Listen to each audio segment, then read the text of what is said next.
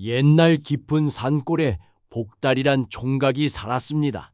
나이 마흔을 넘었지만 혼처 한번 들어오지 않았지요.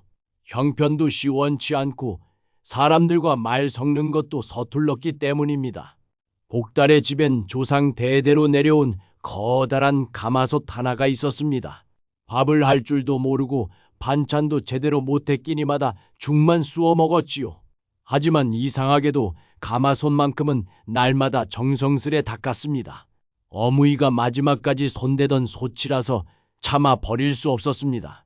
그러던 어느 날 복달이 산에서 나무를 하고 돌아오자 방 안엔 김이 모락모락 나는 따뜻한 밥상이 차려져 있었습니다. 된장국에 나물무침, 묵은지에 구수한 보리밥까지. 이게 웬 떡이냐? 그날 이후로도 이상한 일은 계속됐습니다. 복달이 집을 비운 사이마다 누군가 밥을 차려놓고 간 것처럼 흔적이 남아 있었죠. 결국 복달은 어느 날 숯더미 뒤에 몸을 숨기고 기다렸습니다. 그때였습니다. 가마솥에서 희뿌연 연기가 피어오르더니 그 속에서 하얀 저고리 입은 여인이 천천히 모습을 드러냈습니다. 그 여인은 조용히 마루를 쓸고 쌀을 씻고 국을 끓였습니다. 그리고 말없이 사라졌습니다. 복달은 무서웠지만 궁금함을 이기지 못하고 다음 날 여인이 밥 짓는 사이 조용히 말을 걸었습니다. 정체가 뭐요? 귀신이요? 사람입니까? 여인은 놀란 듯 복달을 보다가 천천히 말을 꺼냈습니다. 나는 이 집에서 혼례를 앞두고 죽은 색시예요. 살아생전 어머니께 배운 솥밥을 매일 지었죠.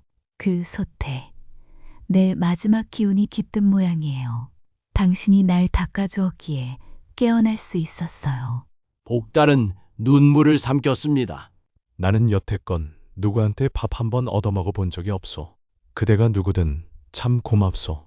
그날 밤 복달은 생전 처음으로 누군가와 마주 앉아 밥을 먹었고 여인은 조용히 웃으며 밥그릇을 다 비웠습니다. 하지만 복달의 변화는 금세 마을에 소문이 퍼졌습니다. 혼자 사는 복달이 밥상에 생기가 돌아? 밤마다 여자가 드나든다더라. 궁금해진 마을 아낙네 하나가 몰래 복달네 집을 엿봤고 다음날 장터엔 말이 돌았습니다.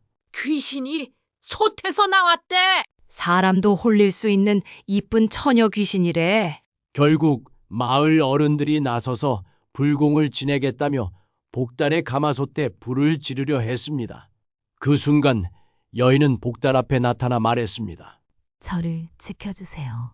복달은 가마솥을 감싸며 외쳤습니다. 이 처자는 내 가족이요. 내 삶에 처음으로 따뜻한 숨결을 준 사람이요. 마을 사람들은 잠시 멈칫했지만 귀신에 홀린 놈이라며 복달을 붙잡으려 했고 그 순간 가마솥이 울리듯 떨리며 여인의 모습은 사라졌습니다. 복달은 그날 이후 산속 깊은 곳으로 거처를 옮겨 혼자 살아가며 가마솥 하나만 곁에 두고 지냈습니다. 그곳에서 그는 매일 맑은 샘물을 길어와 어머니의 가마솥을 정성껏 닦았습니다.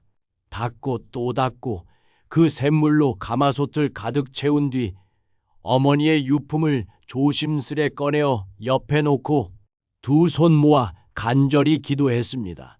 그대여, 다시 한번 나의 앞에 나타나 주시오. 내가 얼마나 간절한지 하늘도 아시리이다. 이윽고 어느 날 복달이 잠시 자리를 비운 사이 집안은 조용히 바뀌어 있었습니다.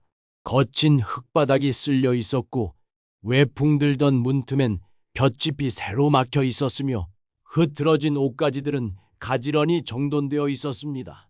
무엇보다 가마솥엔 따끈한 밥이 고슬고슬하게 지어져 있었고 허술하지만 정성이 담긴 밥상이 차려져 있었지요. 그러나 그녀는 그 모습을 보이진 않았습니다. 그저 흔적만 남기고 사라지곤 했습니다. 그런 일이 여러 차례 반복되자 복달은 점점 그 여인을 인간으로 마주하고 싶다는 간절한 바람을 품게 됩니다. 그래서 깊은 산속 절을 찾아가 오래된 노승을 만나게 되었지요. 노승은 복달의 사연을 들은 후 잠시 눈을 감고 고요히 말합니다. 그 여인과 인연을 맺고자 하느냐? 그렇다면 정성과 마음이 깃든 시련을 이겨내야 하느니라. 100일 동안 네 손으로 정성껏 밥을 지어 매일같이 이절의 공양을 올려라. 단 하루도 빠져서는 안 된다. 비가 오나 눈이 오나 지치거나 다쳐도 말이다. 복달은 고개를 깊이 숙이며 말합니다. 예. 그 여인과 다시 마주할 수 있다면 기꺼이 하겠습니다. 100일 공양은 그리 녹록지 않았습니다. 복달은 새벽마다 일찍 일어나 샘물로 가마솥을 닦고 산나물과 쌀, 마른 나물, 묵은 된장을 넣어 조심스럽게 밥을 지었습니다. 때로는 산짐승이 나타나 짐을 엎질렀고 비바람 속에 길을 잃어 절에 늦을 뻔한 날도 있었습니다. 하지만 그는 단 하루도 빠지지 않고 절로 향했습니다. 손수 만든 대나무 보퉁이에 공양밥을 싼 뒤 무릎 꿇고 절마당에 올렸습니다. 절집의 스님들은 처음엔 놀랐지만 곧 그 진심에 감동하여 매일같이 종소리로 그를 맞아주었습니다. 날이 갈수록 복달의 손엔 굳은 살이 배었고 얼굴은 더 그을렸지만 눈빛은 더욱 깊어졌습니다. 바람에 흔들리는 대나무 숲을 지나 절에 도착하는 날이면 그는 묵묵히 두 손 모아 기도하며 이렇게 중얼거렸습니다. 그대를 기다리며 오늘도 밥을 지었소. 나의 마음을 받아주오. 그리고 드디어 100일째 되는 날, 절 마당엔 안개가 자욱하게 피어 있었고 새벽종이 울릴 무렵 안개 사이로 하얀 옷자락이 흩날렸습니다. 복달은 눈을 의심했습니다. 천천히 안개를 가르며 다가온 사람은 바로 그 색시였지요. 이번에는 물결처럼 사라지지 않았습니다. 그녀의 손은 따뜻했고 오랜 생기가 돌았습니다. 저도 당신을 기다렸어요. 색시는 조용히 웃으며 그의 손을 잡았습니다. 그날 이후 두 사람은 절을 떠나 다시 산속의 그 집으로 돌아갔고 다시는 이별하지 않았다고 합니다. 그래서 지금도 그 산길 어귀에선 은은한 밤 냄새가 풍기고 샘물은 마르지 않는다고 전해지지요.